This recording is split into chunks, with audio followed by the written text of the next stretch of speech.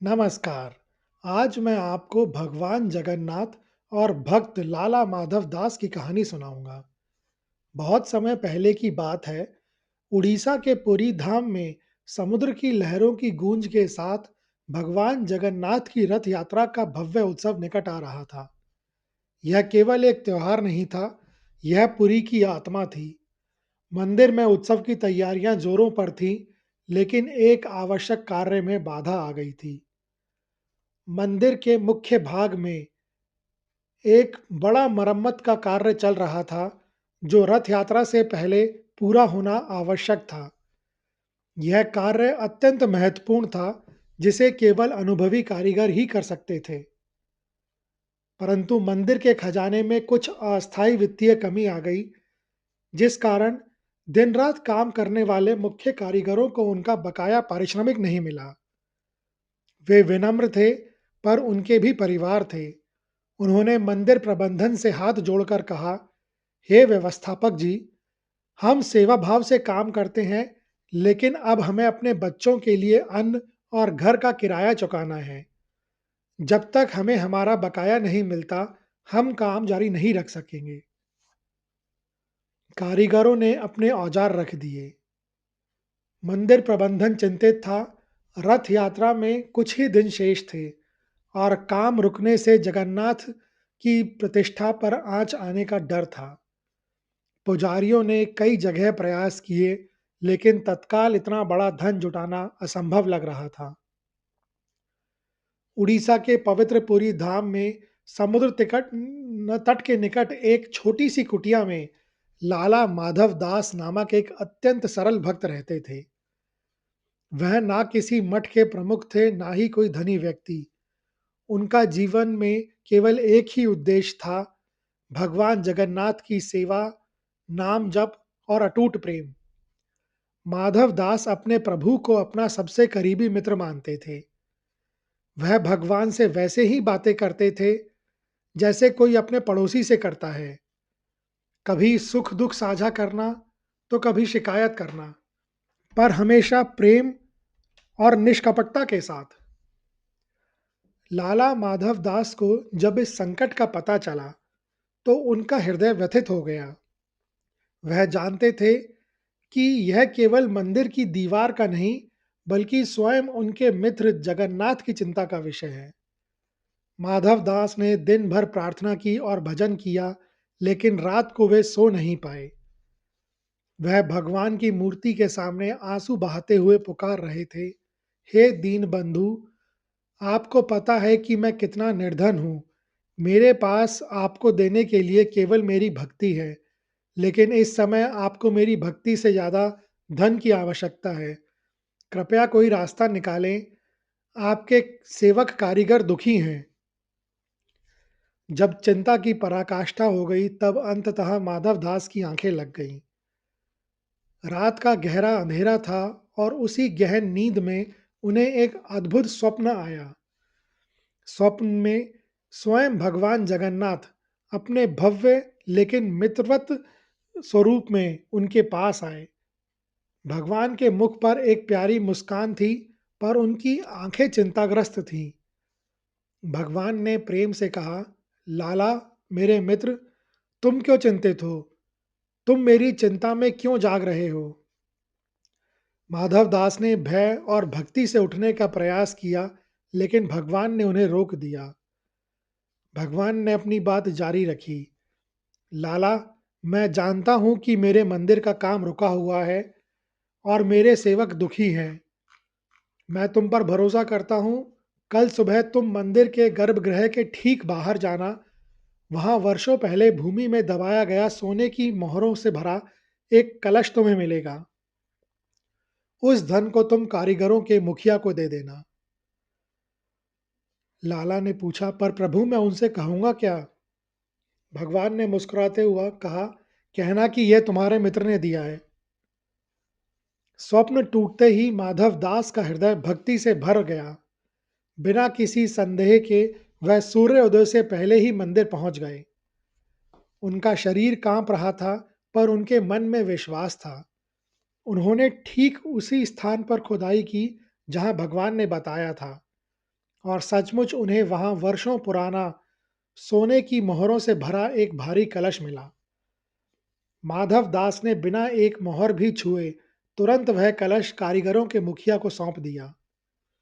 उन्होंने विनम्रता से कहा, यह एक ऐसे शुभचिंतक की ओर से है जो चाहता है कि भगवान का कार्य ना रुके। धन मिलते ही कारीगरों ने तुरंत काम शुरू कर दिया। मंदिर में उत्सव का माहौल लौट आया और व्यवस्थापकों ने राहत की सांस ली। लेकिन पुजारियों को यह जिज्ञासा हुई कि इतनी जल्दी और इतने गुप्त तरीके से इतना बड़ा धन किसने दिया। उन्होंने जब कारीगरों के मुखिया पर दबाव डाला, तो उसने अंततः लाला माधव दास का नाम बता दिया। जब पुजारियों ने लाला माधव दास को बुलाया और पूछा कि उनके पास इतना धन कहाँ से आया, तो लाला ने संकोच पूर्वक लेकिन पूर्ण विश्वास से पूरी स्वप्न कथा कह सुनाई। पुजारियों को अविश्वास हुआ, लेकिन लाला माधव दास की आंखों में ऐसी सच्चाई थी कि पुजारी कुछ बोल नहीं पाए। गुप्त धन की लीला के कुछ समय बाद, जब लाला माधव दास की प्रसिद्धि उनके अटूट विश्वास के कारण भक्तों के बीच फैल चुकी थी, नियति ने उन्हें एक भयानक मोड़ पर ला खड़ा किया। माधव दास को एक असाध्य त्वचा रोग यानी कुष्ठ ने घेर लिया। यह रोग धीरे धीरे पर क्रूरता से उनके शरीर पर छाने लगा। शुरुआत में छोटे घाव, फिर वे बड़े रिसने वाले घावों में बदल गए। उनकी त्वचा गलने लगी और शरीर से असहनीय दुर्गंध आने लगी। दर्द इतना तीव्र होता था कि ऐसे लगता था जैसे उनके शरीर के हर जोड़ को कोई कर्म गर्म कीलों से बींध रहा हो।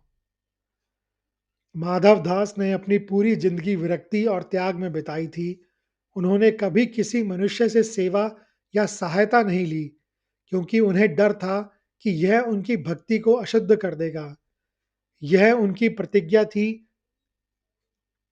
रोग के कारण अन्य भक्त और यहाँ तक कि साधारण सेवक भी लाला की कुटिया से दूर रहने लगे। दुर्गंध और संक्रामक रोग के भय से कोई भी उनके पास आने का साहस नहीं कर पाता था। माधव दास अब अपनी कुटिया में बिल्कुल अकेले थे।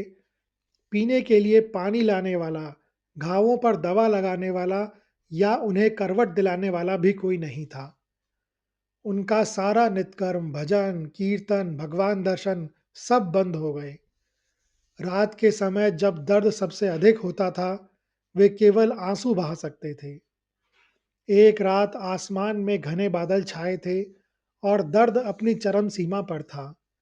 माधव दास, जो अमूमन मौन रहकर सब कुछ सहते थे, आज टूट चुके थे।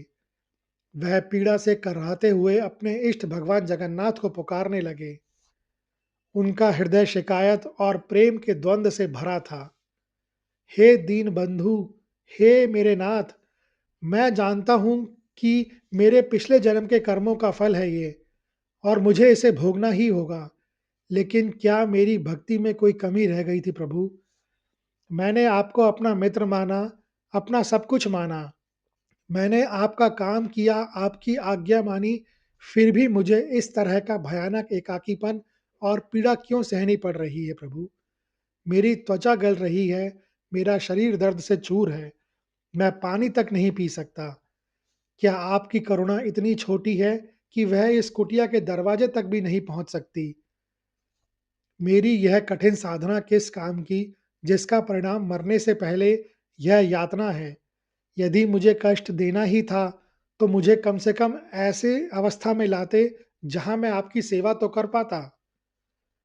माधव दास की ये शिकायतें मंदिर की दीवारों तक तो नहीं पहुंची, लेकिन भगवान जगन्नाथ के हृदय तक जरूर पहुंच गईं। उन्हें अपने भक्त की यह पीड़ा सहन नहीं हुई, खासकर तब जब भक्त ने आत्म नियंत्रण के नाम पर किसी भी मानवीय सहायता से इनकार कर दिया था। रात का गहरा पहर था। दर्द से कर्राहते लाला माधव दास अपनी कुटिया में अकेले पड़े थे। बाहर मूसलाधार बारिश हो रही थी और भीतर की पीड़ा और निराशा ने उन्हें तोड़ दिया था।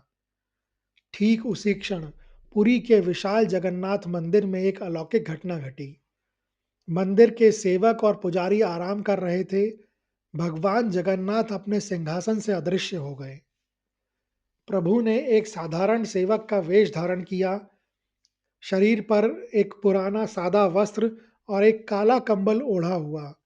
उनके हाथों में कुछ सेवा की सामग्री थी, एक बर्तन में गंगा जल, एक कपड़ा और घावों पर लगाने के लिए औषधि।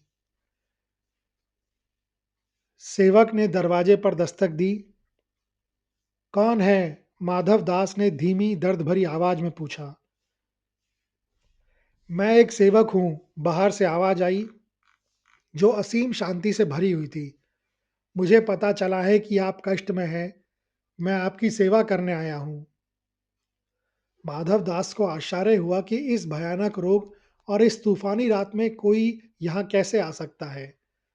सेवक, तुम क्यों अपना समय बर्बाद कर रहे हो? यह रोग संक्रामक है और मेरे शरीर से भयंकर दुर्गंध आती है। माधव दास ने अपनी पुरानी प्रतिज्ञा को याद करते हुए दृढ़ता से कहा, मैंने किसी मनुष्य की सेवा कभी स्वीकार नहीं की। जाओ, अपना जीवन बर्बाद मत करो। लेकिन सेवक, यानी कि भगवान जगन्नाथ अंदर आ गए। उस सेवक ने बिना किसी घृणा या भय के माधव दास की दयनीय अवस्था को देखा। सेवक ने अत्यंत विनम्रता और प्रेम से कहा, आप सेवा लेने से मना करके न केवल स्वयं को आराम से वंचित कर रहे हैं, बल्कि आप मुझे भी सेवा के पुण्य से वंचित कर रहे हैं। सेवा भी तो भक्ति का ही एक अंग है। यदि आप भगवान की सेवा करते हैं, तो मैं भगवान के भक्त की सेवा करूंगा। कृपया सेवक को अपनी सेवा करने दें। सेवक के प्रेमपूर्ण और सत्य वचन ने माधव दास के हृदय को छू लिया। उन्होंने अनिच्छा से ही सही सेवा स्वीकार कर ली। सेवक ने जो सेवा की, वह किसी मानव के वश की नहीं थी। सेवक ने सबसे पहले कुटिया और आसपास के वातावरण की सफाई की। उनके हाथों के स्पर्श मात्र से कुटिया की दुर्गंध कम होने लगी और एक अजीब सी दिव्य शीतलता फैल गई। उन्होंने अपने हाथों से माधव दास के रिश्ते हुए घावों को धीरे धीरे गंगा जल से साफ किया और उन पर औषधि लगाई। सेवक के हाथों में ऐसा जादू था कि घावों की पीड़ा तुरंत कम हो गई। सेवक ने स्वयं अपने हाथों से भोजन बनाया और माधव दास को भोजन कराया और पानी पिलाया। सबसे महत्वपूर्ण सेवा रात के समय हुई, जब माधव दास को पीठ के बल लेटने में असहनीय दर्द हो रहा था। सेवक ने बिना किसी शिकायत के उन्हें बड़ी कोमलता से उठाया और उन्हें अपनी पीठ पर सहारा देकर घंटों बैठे रहे। इस दिव्य स्पर्श से माधव दास को पहली बार शांति और आराम मिला। उन्हें सेवक के शरीर से एक अज्ञात मधुर सुगंध और अद्भुत शीतलता महसूस हुई, जो उनके जले हुए शरीर को राहत पहुंचा रही थी। माधव दास ने सेवक को आराम करने के लिए कई बार कहा, लेकिन सेवक हर बार मुस्कुरा देता और कहता, अपने मित्र की सेवा में भला कैसी थकान। माधव दास को यह नहीं पता चला कि यह सेवक कोई और नहीं, स्वयं उनके प्रिय भगवान जगन्नाथ हैं, जो अपने भक्त के प्रतिज्ञा जनित कष्टों को दूर करने और उनकी भक्ति की पवित्रता को बनाए रखने के लिए धरती पर उतरे हैं। वह उन्हें वह आराम दे रहे थे, जो उनकी मानवीय प्रतिज्ञा को भंग किए बिना उन्हें मिल सकता था। माधव दास ने सेवक के कंधे पर हाथ रखा। उन्हें वहां चंदन का लेप और तुलसी की दिव्य माला की सुगंध महसूस हुई। माधव दास के हृदय में बिजली सी कौंध गई। यह स्पर्श और यह सुगंध केवल एक ही जगह मिल सकती थी, मंदिर के गर्भगृह में विराजमान भगवान भगवान जगन्नाथ के श्री विग्रह पर। माधव दास तुरंत उठ बैठे और सेवक के पैर पकड़ लिए। हे प्रभु, आप प्रभु, आपने मेरे लिए यह सब किया। मैंने आपको अपने रोग से भरी सेवा में इतना कष्ट दिया। आपने मेरे मित्र और सेवक दोनों की भूमिका निभाई प्रभु। भगवान जगन्नाथ ने अपने चतुर्भुज रूप में प्रकट होकर लाला माधव दास को उठाया। भगवान ने कहा, हे माधव, तुम मेरी इच्छा से अपने कर्मों का प्रायश्चित कर रहे थे, लेकिन अब तुम्हारी पीड़ा असहनीय हुई और तुमने सेवक का स्पर्श लेने से इनकार कर दिया। तो मुझे स्वयं आना पड़ा, क्योंकि मैंने तुम्हें अपना मित्र माना है और मैं अपने मित्र को कष्ट में नहीं देख सकता था। तुम्हारे इस रोग का भार अब समाप्त हुआ। तुम्हारी भक्ति की पवित्रता अक्षुण्ण रहे, इसलिए मैं स्वयं तुम्हारी सेवा में आ गया। भगवान ने माधव दास को आशीर्वाद दिया। उनका रोग तुरंत ठीक हो गया और कुछ दिनों बाद लाला माधव दास ने अपने नश्वर शरीर का त्याग कर हमेशा के लिए भगवान जगन्नाथ के नित्य धाम को प्राप्त किया। यह कहानी सिद्ध करती है कि ईश्वर अपने भक्तों के प्रेम और विश्वास की रक्षा के लिए किसी भी सीमा तक जा सकते हैं, चाहे इसके लिए उन्हें सेवक का रूप ही क्यों ना धारण करना पड़े। यह कहानी सुनने के लिए धन्यवाद। अगर आपको यह कहानी अच्छी लगी हो, तो कृपया इस वीडियो को ज़्यादा से ज़्यादा लोगों के साथ शेयर करें, लाइक करें व चैनल को सब्सक्राइब करें। कमेंट्स बॉक्स में लिखें, जय भगवान जगन्नाथ।